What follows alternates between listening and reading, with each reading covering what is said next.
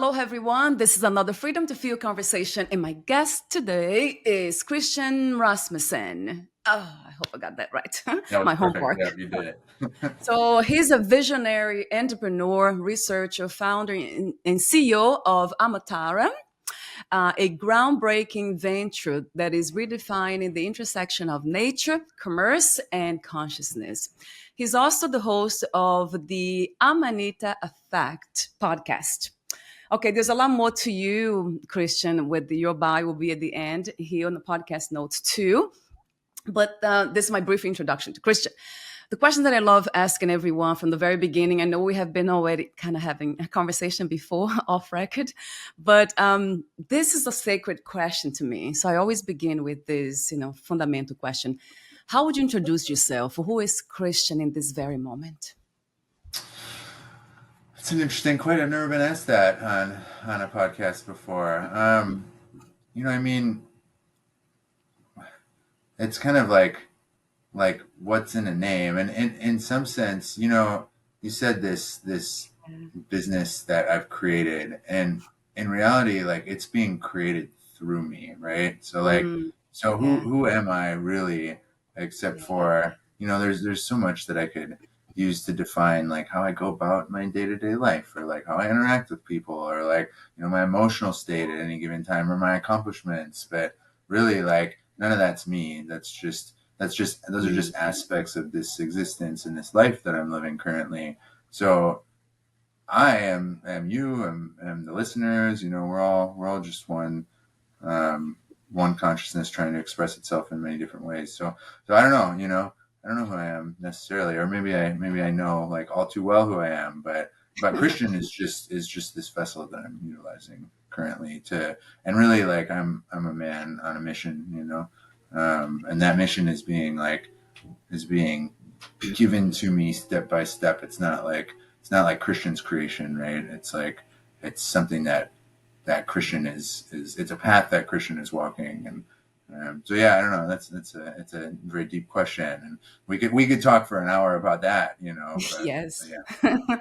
Yes, for sure. And I already have other questions for you just based on your answer too. It's been what I am has it's been created through me. It's this business, all this is just flowing. In a way, I hear this. I am the vessel, through which all this creation or created expressions are becoming visible. But it's not really what I am. Yeah, I love your answer. I always really love that answer when somebody says that. I don't know. I get that from time to time, not too often. I have no idea. I just know that I'm friendly. I just know that I love laughing. I don't know what else. But of course, we have stories, right? That's one of the things that has been really lighting me up lately. Storytelling. It feels to me, Christian, that we are here perhaps to tell a story, isn't it? To tell our story. And, it's just almost like a God being, of course, only God exists. I mean, from my deepest understanding, is the only thing I know. If there's truth, that would be truth. Yeah. Only God exists. So that means we are just the expression of that, but in a very vulnerable way. So maybe perhaps that's what God wants, Maybe what if I could be something that was powerless, something that has all the power in the world, but then all of a sudden I forget that I have all that power. I have to start from the very beginning, not knowing how to walk, not knowing how to talk, and not knowing how to be happy or losing, the concept of happiness, and then try to find it back, meaning, purpose, and all those things. How do you yeah, with that in mind, talk to me about your backstory. So how did this come to be? Because I read a little bit about you. Yeah. I would love for the audience to know too, your backstory. Yeah. Yeah. So what we do is I was the first to bring Amanita muscaria, which is the red mushroom with white dots, the Mario mushroom, the Alice in Wonderland mushroom. The Smurfs live in them. It's the mushroom emoji on your phone. So it's the most iconic mushroom in the world. It's depicted in ancient religious iconography from some of the earliest depictions of Adam and Eve have them covering themselves with Amanita muscaria caps, as opposed to the fig leaves that we hear about nowadays. It was very likely the Soma in the Rig Veda, which was the drink of the gods, the drink of immortality. There's tons and tons of historical references to this mushroom, but So Yeah. we were the first to bring it here to the States and to the West, and to scale it Mm. into a business. And we're now the largest, retailers of this mushroom in the world. So I was, and I've always been very spiritual. I've always been very sensitive, very sensitive. So like Yeah. as a really young kid, I went through I went to private school and was like, you know, top of my class and picked on by everybody. And I went through this really, really dark night of the soul at like 13, 14, and almost didn't make it through. And after I ended up like in the psych ward and after some suicide attempts, and I ended up finding substances, and substances like gave me something to hold on to, and they gave me something to be excited about, and they gave me meaning and purpose. And I almost like wrapped my identity around these substances as like a teenager. And Yeah. some of them were like psychedelics, so there was a heavy spiritual component to them. Some of them were not. Some of them were just very blunting substances, that allowed Wow. me to feel okay in a body that I didn't feel at home with at that point in time in my life, and in an environment that I didn't feel at home with. Mm. And that progressed, and I became really, really interested in this stuff. So I started studying pharmacology. I started studying, people's experiences, and I was really into science and math and physics, and I ended up in school for physics for a year after getting out of high Wow. school. Before Yeah. like I got into real estate because the '08 crisis happened, and I wanted to like I've always been an entrepreneur as well. So Mm. Yeah. but throughout all this time period, I started getting really addicted to like the hard stuff. I was addicted to opiates, and I was addicted to benzodiazepines. And benzodiazepines are typical anti-anxiety medications. So you think of Xanax, you think of Klonopin, Ativan, Valium. They're prescribed. I think it's something like 20 million. Some Americans are Wow. prescribed these daily, which is insane because Yeah. they're known in these realms, in like in addiction realms, as the hardest substances to get off of in the world, like harder than heroin. Wow. And they're so hard to get off of because they last. The withdrawal can last for years for people. Wow. Um, and Yeah. so like I was in real estate, and I was still exploring spirituality really heavily. Like I meditated. I was a heroin addict, and I meditated every day, still. Wow. So I was very high functioning until I Yeah. wasn't. And it was the end of my 20s that things really started falling apart, and I couldn't maintain my work life, my career, my marriage, wasn't doing that great at that point in time. And I Yeah. decided finally, like I have big, lofty goals and ambitions and dreams. I want to have a large impact here on the world. And I realized that I wasn't. It was really that I realized that I wasn't going to have the impact that I wanted to have. And so that's what finally like made me make the decision that it was time to really redirect my energies. And so I got off of opiates, and I was 28. This is 2018. And then it was time to get off benzodiazepines. And I had heard time and time again that they're the worst to get off of. And I didn't like shrug it off like I got this. It wasn't that, but I just like I didn't know what I was getting into. It was brutal. And it took like a year or longer to taper off of them. And then I was finally off of them. And it was like imagine living in a panic attack times 100, Oh, 24/7 for wow. years. Like it's awful. Like anything will set you off. And then like, you Yeah. know, and then there's the host of physical symptoms that go along with it that are really, really Yeah. unpleasant. But Yeah. I was a year into this withdrawal, completely off of these substances, and I was contemplating ending my life, because it was just too brutal. Wow. And Yeah. so I was on a hike, and I was, heavily contemplating this, like getting close to pulling the trigger, the proverbial trigger. And I came across this Mm. patch of mushrooms, and they were in Minnesota. That we have the Gasoi variety. I lived in Minnesota at the time, which are orange Wow. with white dots. So they're not the typical red with Wow. white dots that you see in cartoons and stuff. And I I felt this unbelievable magnetism towards them. It was when you meet a person who's like going to be a future partner or a future best Mm. friend, there's this like heart pull Yeah. towards that individual. And it True. was like that, but to a True. degree that I'd never felt before. And I Mm. say the mushrooms spoke to me, and I think you and your audience will appreciate that. Some audiences aren't too keen with that, so I Yeah. followed up Yeah. with saying like, well, you know, there was this deep intuitive knowing that that like they had something for me, and I was going to do something for them in return. Although in reality, like what I experienced was essentially them talking to me, and telling me like, look, we're going to help you. And then in return, you're going to help us. And I Right. was like, okay, Right. and I picked them and I Mm. went to the house and I did some research. And in my research, I found that they hit the two receptor sites in the brain that benzodiazepines damage, which is the GABA system and the glutamate system. And I was, there was one woman online who was talking about these positively. Everything else was just like, don't touch them, blah blah blah. There wasn't any positive Mm. information about them. But this Yeah. one woman claimed that she utilized Amanita to get off of benzos. Same story as me, like the exact same story. Although she was actually on the hike, gun in hand, ready to kill herself when she came Wow. across the mushrooms and felt the pull towards them and picked them. And so I Yeah. broke down the pharmacology and like got really into it and did a bunch of research before I decided to try it. But I tried it, and within 2 weeks of microdosing with a couple like low medium doses peppered in there, I was like 70-80% healed, which was miraculous because it would have taken me like 5 or 6 years to get to that level without them. And so it was as if, I was drowning for a year, a couple years, and finally I could breathe again. And it was miraculous because it wasn't just while I was taking them that I felt better. When I stopped, I took them for 2 weeks and then I stopped. I was still better. So it was as if they like rewired my brain.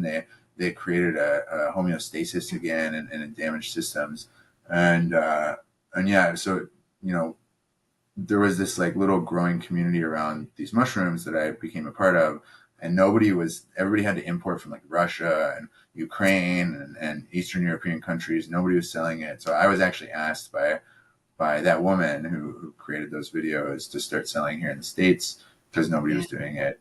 Yeah, one thing's led to another, and now we're the largest in the world, and I've helped. I don't like to say we've helped facilitate, but people utilizing the mushrooms that we sell, we've probably seen like 6,000-7,000 people get off of benzos, tens and tens of thousands Amazing. of people like completely transform their lives.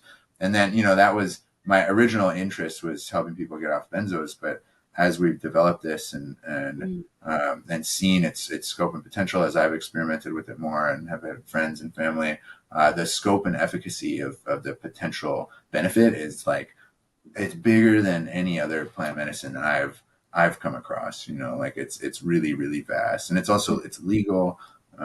It's accessible for people. It's generally a really pleasant experience for just about everybody. Generally, the worst thing we hear is like, I didn't notice anything, and if that's the case, then there's ways to adjust. But yeah, so it's been a trip, we'll say. But yeah, it's a really powerful.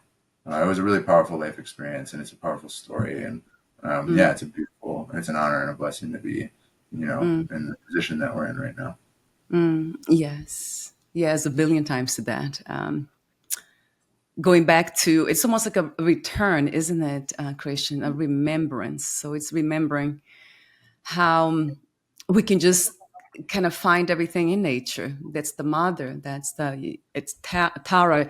That's, I asked you off record about Amatara. What's the, oh, I would love for you to say that instead of me. Can you just give the backdrop for the backstory also for the name, because that goes back Yeah, to the feminine. yeah. Well, and there's a longer story that you didn't hear either, and it's such a Mm. great story. So Amentara is the business name, and so like the first time, I don't know if you have people that discuss psychedelics on the show much at all, but like the first time that I Yeah. did ayahuasca and DMT, I was greeted by this like that who I just called the mother at this point in time, and she was the divine feminine manifest anthropomorphized, and she was like an old friend to me too. Like we had this weird relationship, and like I Yeah. recognized her instantly. I knew who she was, and I've done ayahuasca or DMT probably a few hundred times at this point. Every single Wow. time she's there, every single time. There's maybe Wow. like two that she wasn't there, and she's like we've developed this really deep, deep relationship, and she's Yeah. shown me she's shown me the path that I'm to take at various times, and Mm. she's helped like tweak up my energy system and my consciousness to Mm. like allow me to navigate that path better and better. And I like didn't realize this was in my 20s. This was even while I was in active addiction. So I didn't realize that like I thought that I was the only one really, and I kind of kept it real close and secret. I didn't talk about it much, but I've learned one of our business partners. I actually met him in front of a Tara statue at an expo. Funny enough, and turns out his first DMT experience, he met this same woman. And as we've developed this business, what I've found is people that are in this Amanita space, a lot of the big players, like some of the larger foragers in Europe or some of the other distributors in the States, like they all have that same experience. For the first time they did DMT, they were met by, you know, the Divine Mother, and we all have this like interesting relationship with her. And she's, you know, she's Shakti, she's Kundalini, she's the divine spark in all of creation. And so the business name is Amen and Tara, Amentara, and it's an ode to her, and it's an ode to, you know, the evolution of humanity and consciousness, and to us, some people call it like ascension. Some people, you know, we call it Amentara. Like to us it's the balancing of the polarities and the rising of that divine spark within each of us, and kind of the merging of matter and spirit. Yeah, so Amentara. Right. I love that. Yeah, I love that. Amentara, right. It's almost like a reverence. Yeah, you just paint the kind of giving back. It's beautiful. It's so beautiful. And I didn't know. I just was very attracted to the name, resonated with me, but I didn't know, oh, what is this? I became Yeah. very curious and then happily curious, and I didn't know why. And that's the thing about, yeah, these, metaphors or these symbols. I'm kind of attracted to sacred geometry too, and I had no idea why. So I just had them around me. I have them all around me, and I didn't know Mm, why. That also has to do with the soul and also feminine. Yeah, it goes of back to that. course. I have so many questions for you, but I just want to make this observation just to see if kind of matches somehow kind of comes together in this way for you too. Has been your case. Um, have you heard about the unmothered child? Unmothered. Uh, I don't know. I'm not sure. I Never don't heard think so. that term. Yeah. Uh, So yeah, most of us who have been unmothered, in a sense of not having caring mothers around us, or we have probably we had mothers, obviously, that's why we're here, but we didn't have that caring, loving uh, presence that could hold us in every way, and kind of it's almost like creating that soil, for the seed, the perfect kind of conditions so we could grow happily, confident. So it has been my case. It has been the case of a lot of people that I have met. And I don't know if it is your case, so I don't know. But I noticed that with these psychedelic journeys or any kind of spiritual awakening, anything, even when we are attracted to nature, just that alone, and I would love to be living close to nature, or only nature, and we don't want to be even more nature than people, more animals, even mammals than people. So that has to do with that. So it's the psyche try to find that balance again. Can I have that? Can I grow that inner mother, in yeah, myself? And I'm not looking for mother out there anymore, but so nature and all these kind of symbolisms, even in our psyche, will just kind of manifest to show us that that's what's missing. That's what we have, a part of us that has not died. It never dies. It's can become, like you said about suicidal thinking. I had them too, and that came from that place where I felt like unsupported in that not horrible way, like the hopeless, completely left, abandoned to die, basically. And I think that's what we're trying to avoid as humans, psychic death, isn't it? We're just trying to, sure. we are fighting not to die psychologically. I mean, it's a sad thing, but look at how many of us have just kind of just, what is the word, rose above. We have awakened something in us that is able to do that and just Yeah, come back again to life and beyond everything that we have ever dreamt of. That's the beauty, I think. There's something about the unmothered children, that they are so beautiful. They are the strongest people that I have ever met, including myself, I have to say. So because we have suffered so much that now the only way to live is like our best lives. We have no other choice, in a sense. I don't know. Do you relate to that somehow?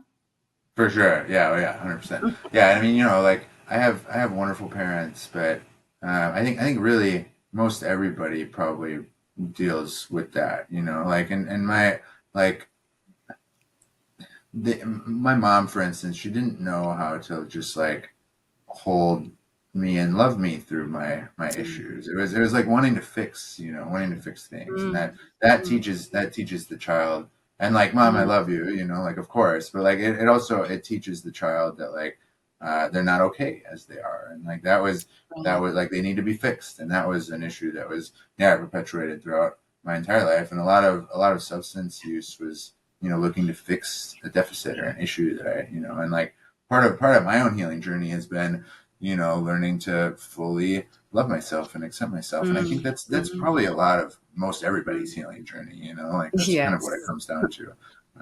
But yeah, Yeah. no, I absolutely relate to that. Yeah. Yeah, isn't that funny?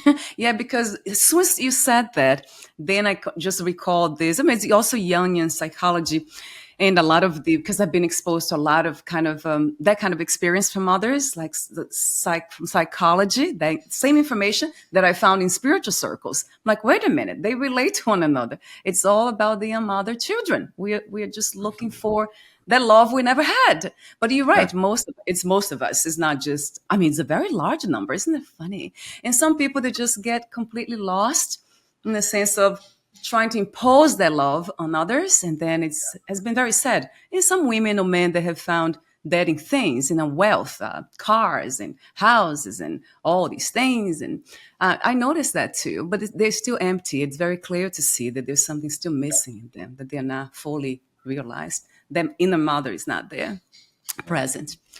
Oh, so I have a lot of questions for you also about so is that it's for everyone.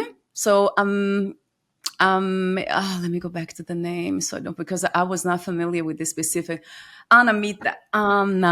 It's not for it's for everyone. Is that something that you could say confidently, Christian? Anyone can try. Is that Yeah, for sure. Yeah, I mean, like the one real big caveat with it is like people shouldn't take it if they're drinking large amounts of alcohol.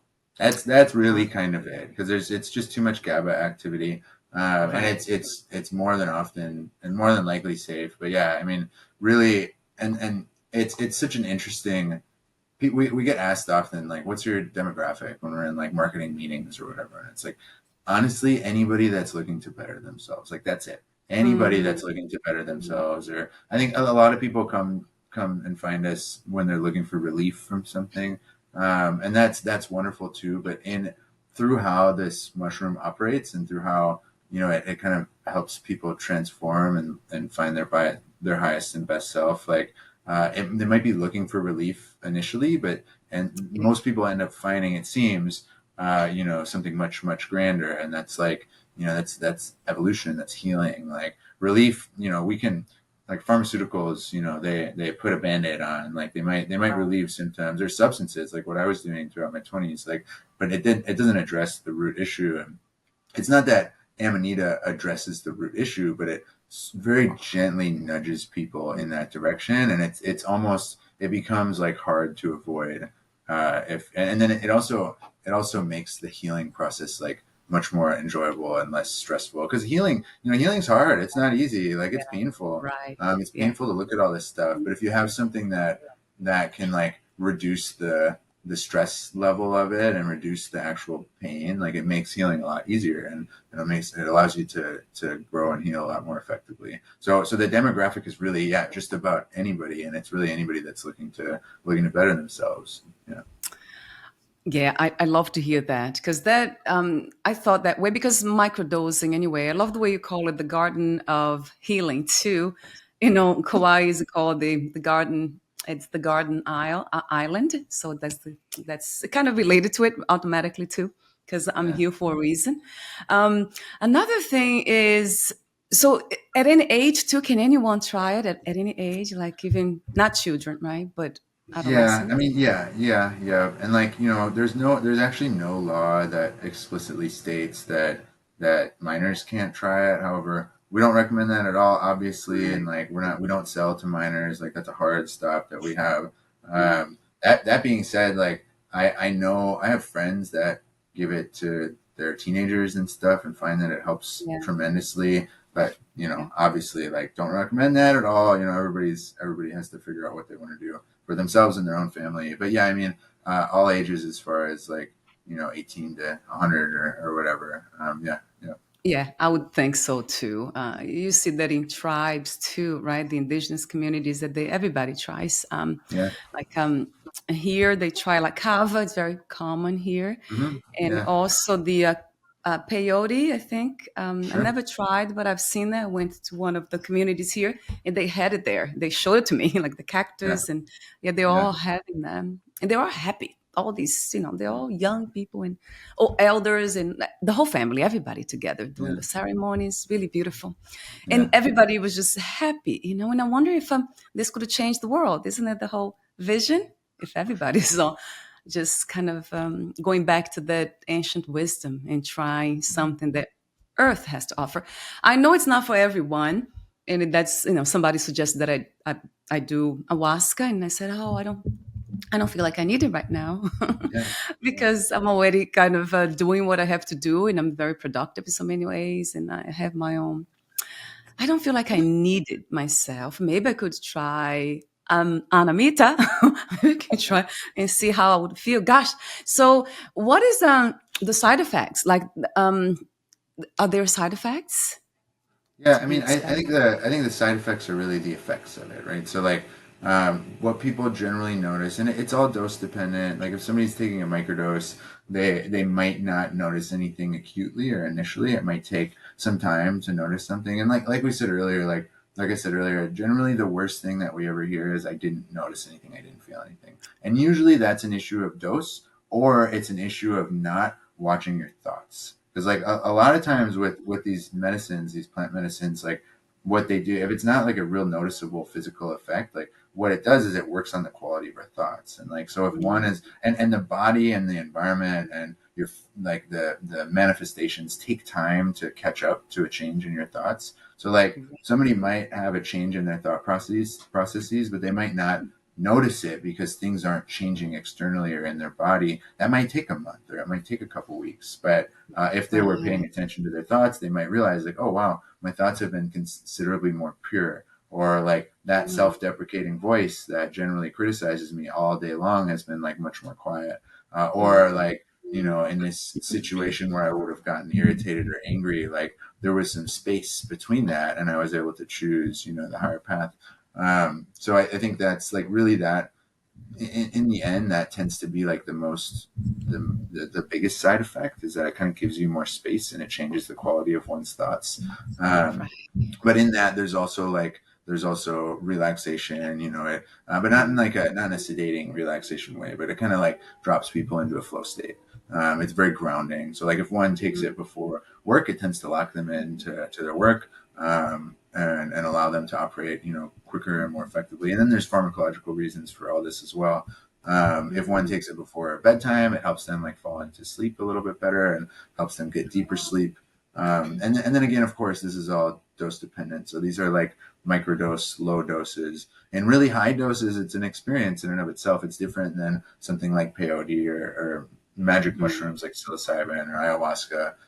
It's not technically psychedelic, so it doesn't like it doesn't give you like external visions and stuff, but it can be a yeah. pretty profound and intense experience. However, it's not for most people. Most people aren't gonna like that. Just like most people aren't gonna go and take ayahuasca in the jungle. Like it's even this Yeah. is maybe more accessible, but Yeah. yeah, most people aren't gonna like that. But just about everybody really loves and enjoys the low doses and the microdoses, which is anywhere from like a half gram to like a few grams, maybe 5 grams, or you could look at it as like one capsule to like 5 to 10 capsules. But yeah, yeah, Oh, so it's easy to tell because it's already on. I think you have. I saw gummies. I want to show it here. I have some more questions for you. I know you also on your website you have instructions, right? So you have the guidelines. So how to yeah, use that's important to know. I want to show you this, and then I want to ask you questions about. Oh, sure. is that the one? Gee, yeah, the Amanita. Yeah, this one. So you have in the form of gummies, and you also have what is the other one? Is this a Yeah. fatigue? Yeah. So those are the raw caps themselves. So those are just we call them hats. So they're the tops of the mushrooms, the hats of the Yeah. mushrooms. Yeah. And yeah, so people will either eat those raw as is, or they'll brew a tea out of them. And to brew the tea, it kind of alters the experience a little bit. So I won't get into the pharmacology too much, but one of the compounds converts into another compound when you use heat and acidity. Uh, So if you yeah. put it in a pot of water with some lemon juice and make it like a semi-acidic solution and boil it for 20 minutes, it changes the chemical composition a little bit, and it Yeah. makes it more, maybe more sleepy. It makes it more relaxing. So Right. like some people say that like eating it raw is for daytime and simmering it in lemon water is for nighttime. I think that's a little generalized, but yeah, it Yeah. just changes the experience a little bit. So some people like to get the caps so they can experiment with it and see like, oh, what happens if I eat 1 gram, and then maybe the next day, what happens if I brew 1 gram into the tea? Like, what's the difference Right. in the experience? Yeah. Oh, so there is a, yeah, I have heard about that before. I was reading about the instructions about, yeah, microdosing. I remember that. Um, so are they shelf stable in a sense? One of these bags will last, once opened, do you have to refrigerate them or Yeah, you, no, no, yeah, they're shelf stable. Now, any like the gummies are have a longer shelf life. Like any natural product, whether it's like an herb mm, or some tea, yeah, it's gonna like lose its qualities over some time. So, but right. generally like a year or so, they're still just about the same as when you first got them, and then it can start to degrade. Like if you had some tea on the shelf for 5 years, like it's not going to be nearly as good as in that first year. But, That is true. Yeah, thank you for answering that question.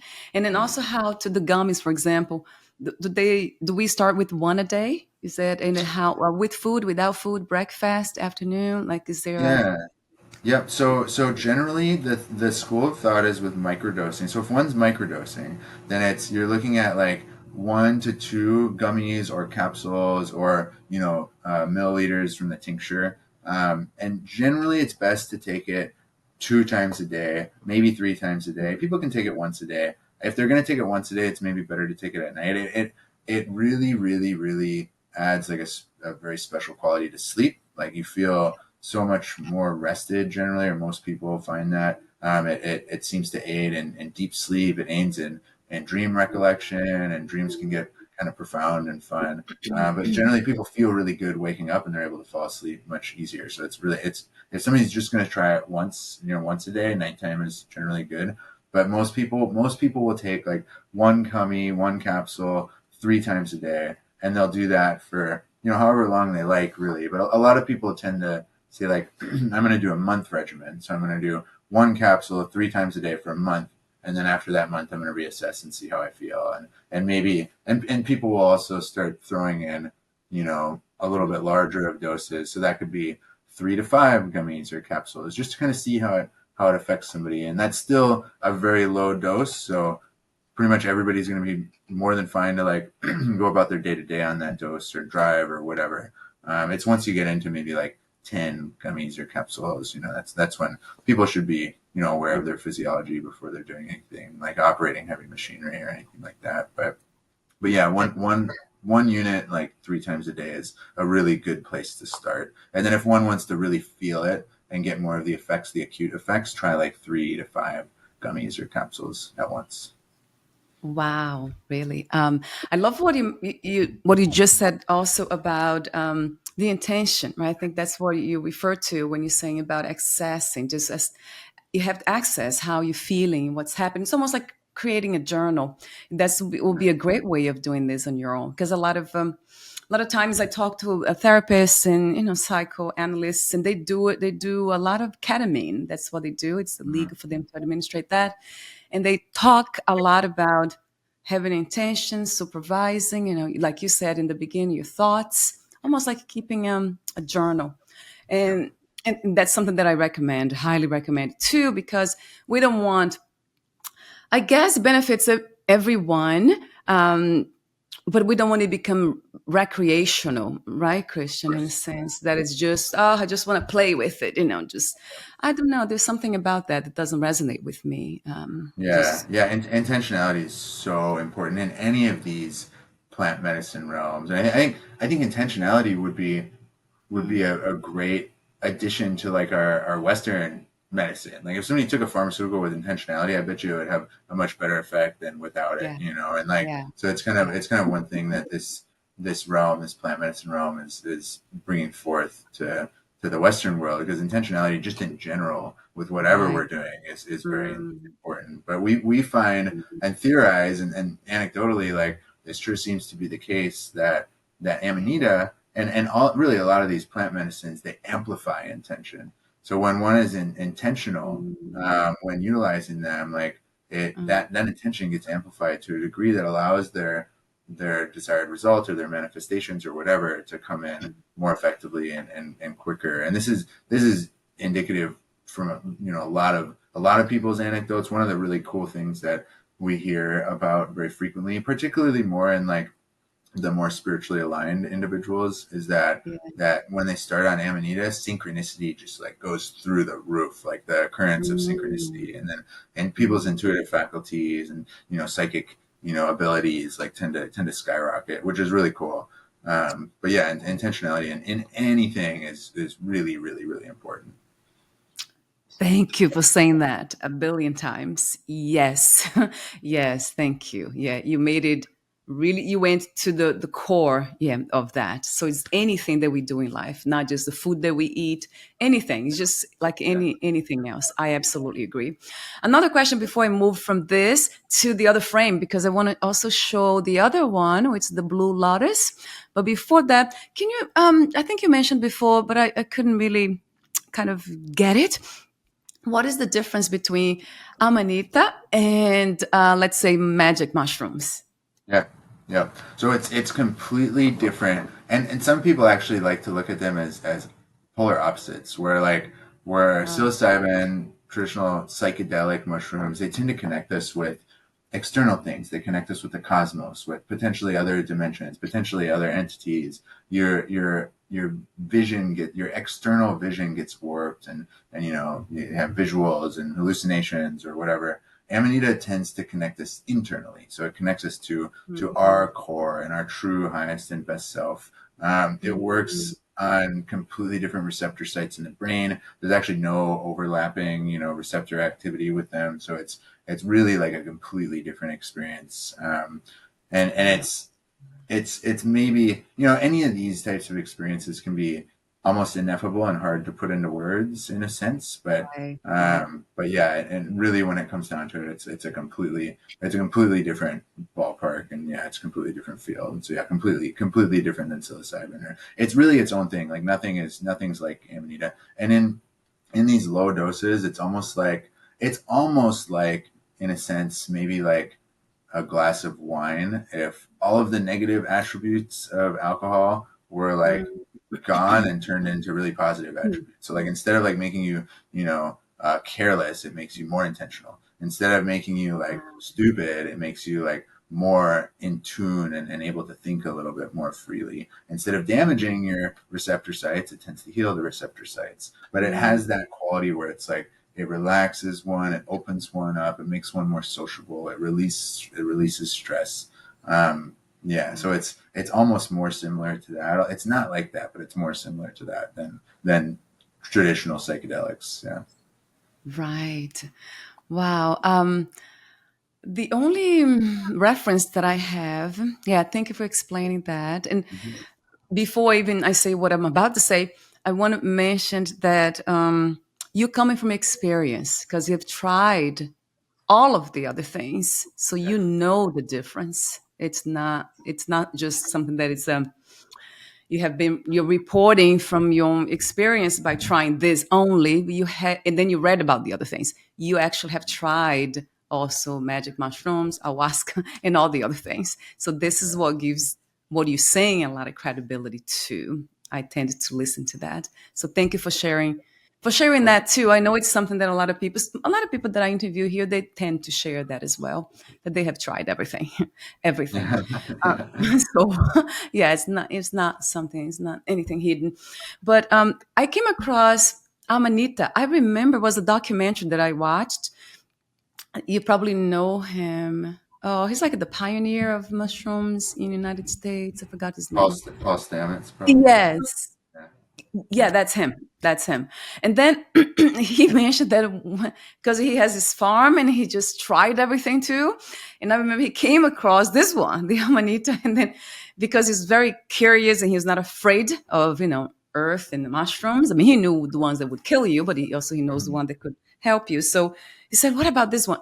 And he tried this one. He was with his friend, and then he said, "I think he tried the whole thing. He ate three of them. He's a big guy. I think he had too many." And then Yes. he lost, I mean, I was reading, he just lost some of his coordination, like motor Yeah. skills. He couldn't talk like Yeah. properly. He was just, he said he would try to pick up something, then would fall every time. And then he just keeps falling because he was not able to grasp on anything. And then his friend was just all over the place. I kind of laugh at those things. I don't know why. I know it's not funny, but it is to me. I think I did 4 doses one time. There was involuntary in a Shambhala center, meditation center in France. They just gave it to me in a chocolate cake, and I just Mhm. ate the whole thing without knowing. Oh my God, that was a nightmare. That was a nightmare. So Yeah. yeah, Yeah. do- Paul, it's funny because well, yeah, he ate way too much, and like he did. that's what we would call like a large heroic dose, And Yes. he didn't know that he was eating too much, and then he didn't Yes, prepare it properly. I think I believe he just ate them right out of the ground, and they need to he be did. dried, otherwise they can make people sick. And so yeah, he didn't prepare them properly, and he had a really really large dose. And it's funny because like he wasn't like advocating against them by any means, but he just wasn't like a proponent of them at all. And we finally had a conversation with him, our Yeah. business partner, and You did? within Oh, like, good. yeah, it was a Yeah. great conversation. And then like, I think he tried it again a couple months later, and now his stance is, "I love Amanita," which is pretty funny. Yes, I'm sure. I'm sure. Yes, he did say that. I think it became one of his favorites, actually. I Yeah, remember yeah, saying that. He speaks of in the mushrooms in a very, I mean, almost like he's a mushroom himself, like the yeah, spokesperson, the voice of, I mean, it's just beautiful to see. Really, yeah, really beautiful. Really. And so Christian, I think you becoming like that too. It's taking hold of you. It's like now it's the voice of that plant being transmitted. It's a I feel it's a transmission, isn't it? Energetic yeah, transmission. And I can feel it. yeah. So I want to Yeah, show there's another. been this. Oh yeah. Oh yeah. I was We just gonna can say continue to talk. I there's just want to show another this. one. The other image. I apologize. No, it's okay. Yep. Yeah. Cool. But yeah, there's this like this resonance and relationship is built up, and a lot. When I said earlier, like it's the creation is being created through me a lot, and like in a lot of sense, I feel like it's the mushroom's creation. It's the divine's creation, and of course, like I have my hand in that creation, but yeah, there's such a deep relationship with the mushroom that yeah, I certainly do feel like a spokesperson for the mushroom, and like the mushroom works through me at times for sure. Yes. It's truly, truly beautiful to see. As you said, this Mother Earth isn't trying to. It's healing its own children. Basically, that's what Yeah. it's doing. The Great Mother. Yeah. So, talk to me about the aphrodisiacs. That's the blue lotus. What is, I mean, of course, I have an idea. It's kind of self explainable, but is this connected also to healing? And what kind of Mhm. healing does it do? Yeah. Yeah. So Blue Lotus, I would say it's more for evolution and exploration as opposed to healing. Where Amanita is really, really potent for healing, but Blue Lotus is interesting. So the ancient Egyptians' most revered plant medicine was Blue Lotus. And so when they opened up King Tut's sarcophagus, his mummy was covered in Blue Lotus petals, and they would Wow. use it in rituals, and they would actually brew a wine with it. They'd mix it in with wine and drink that in their rituals. But I think kind of the general thesis right now is that, or at least in my realms, is that they utilized it in rituals because of its increase in well intention, but in the output of those rituals. So it seems to us that like when one is utilizing it, let's say it's for meditation, like it allows one to get so much deeper into that meditation. Or if one is using it for, lucid Mm, dreaming, because it's really great for dream recollection mm, and lucid dreaming, it seems to increase the output of any sort of ritualistic use. It's also very pleasant. It's subtle. It's subtle physically, although if one is in tune with their energy field and the energy body, it's actually not that subtle. Like, it can be pretty potent and recognizable. But it has this like slight dreamlike euphoria feel to it. But it seems to, it also has a really potent heart opening quality to it, which is where kind of the aphrodisiac qualities come into play. If you can be more right. connected to your partner, the experience is that much more fulfilling. But then it also tends to connect people to like love and compassion more, which is, obviously we need more of that in this world. Um, Yeah. yeah, it's Yeah. a really wonderful, it's a really wonderful plan, and it's Amanita is like our bread and butter for sure. Like, that's what the mission is about. But Blue Lotus is also like a really important plant ally and a really important tool in our arsenal. So one could just brew tea out of the flowers, or some people smoke it. Mhm. A lot of people mix it with cannabis and find that it alters the cannabis experience. And then the gummies are really great because each one of those gummies, one of the gummies is about the equivalent of a whole flower bud, or maybe two flower buds. So you can take a lot larger doses, and it's subtle. So like one could eat that whole pack of gummies and they're not going to be like, inebriated or anything. It doesn't work like that, but it's much more Yeah. subtle. But 2 to 3 gummies is like generally a really pleasant experience. And when utilized in conjunction with any spiritual practice, like it's pretty profound. It's like, highly recommend anybody like meditating after eating a gummy or two or drinking Blue Lotus tea. Like, most everybody will notice they were able to get much deeper and they're much more in tune and connected. Yeah, which is really wonderful. Right. Ah, wow. Thank you for explaining all that and sharing all that, because that's what we needed to hear too. Not to create these ideas in our own minds of what certain things is for, judgments and all that. And there's a lot around sexual energies. When we hear aphrodisiac, we think about Mm-hmm. sex and all that. But very little it's known, I guess, about the sexual energy that's has a lot to do with creativity. It's very Yeah. much is what creates life. So we can use that for other things, right? That's what I do. We transmute the energies into something that's creative with intention. So I love everything that you're doing, Christian. This path is a really one that I have not been on.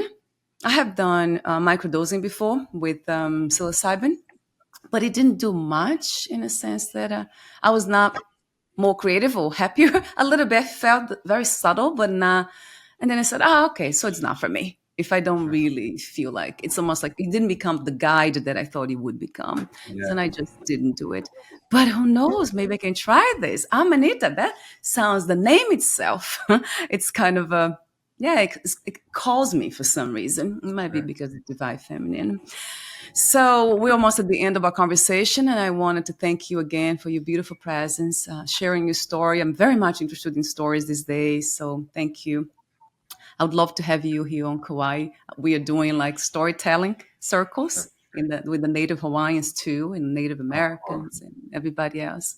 So who knows, right? That's another. I just want to kind of somehow for this to come. I mean, it's a piece of a bigger vision for here, what I'm doing here, but it's for now it's lighting me up at this storytelling thing, like your Amazing. story, for example. It kind of touched me because I related to it. The more you parts of it was like, oh wow, that was me, and isn't it Yeah. fun? And then creates this connection and this sense of compassion, empathy. And now we become that love that you spoke of. It kind of becomes real. That's what it is. Yeah. Like, oh yeah, we can help one another. We can really do this together. That's basically what it is. Come in harmony again.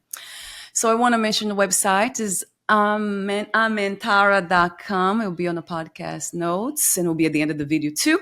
So for the end of the conversation, Christian, what are your final thoughts? Is there something that you left unsaid? Anything that you'd like to add?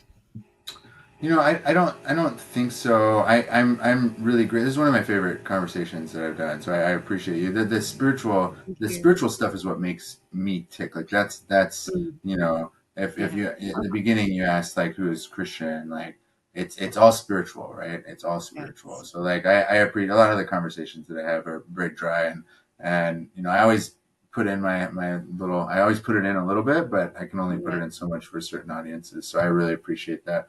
I would just say like, if anybody's interested, or what we found is people feel a calling to it, and that's like, what you just said, like you feel maybe like there's a calling to this, and I'll send you some, by the way, so we can communicate after this. Yeah. Um, but Yes. Yeah. I would say like, if anybody's interest is piqued, just like quiet the mind and ask, and your body will tell you, your soul will tell you if it wants it. And if it does, you know where to find us, and we're extremely responsive, and like we'll respond to emails. We'll get back to you within 24 hours, if not immediately. So any questions, please ask. And we have all the educational resources that one would want on the website, and there's podcasts that I've done and lectures that I've given. Like it's all up there. So any info that anybody wants, and yeah, I'm appreciative for you. I'm appreciative for the listeners on their own healing journey, because um, we heal the world through you. Through you. Mm, So yeah, I'm grateful for all the work that everybody's doing to heal themselves and heal the world. yeah, that's it. Thank you, Christian. So I want to say also that I love the website, the design. It's like it's another world. It feels like a different reality, which it is, right? It's like you're living a different dimension in a different. It's beautiful. I really like the design too. So okay, thank you so much again for your beautiful presence, and we'll talk soon. We'll talk off record. I'll end for now on record, and then we'll talk off record. Bye for now, Christian. Thank you. That's good. Thanks. Yeah, thank you.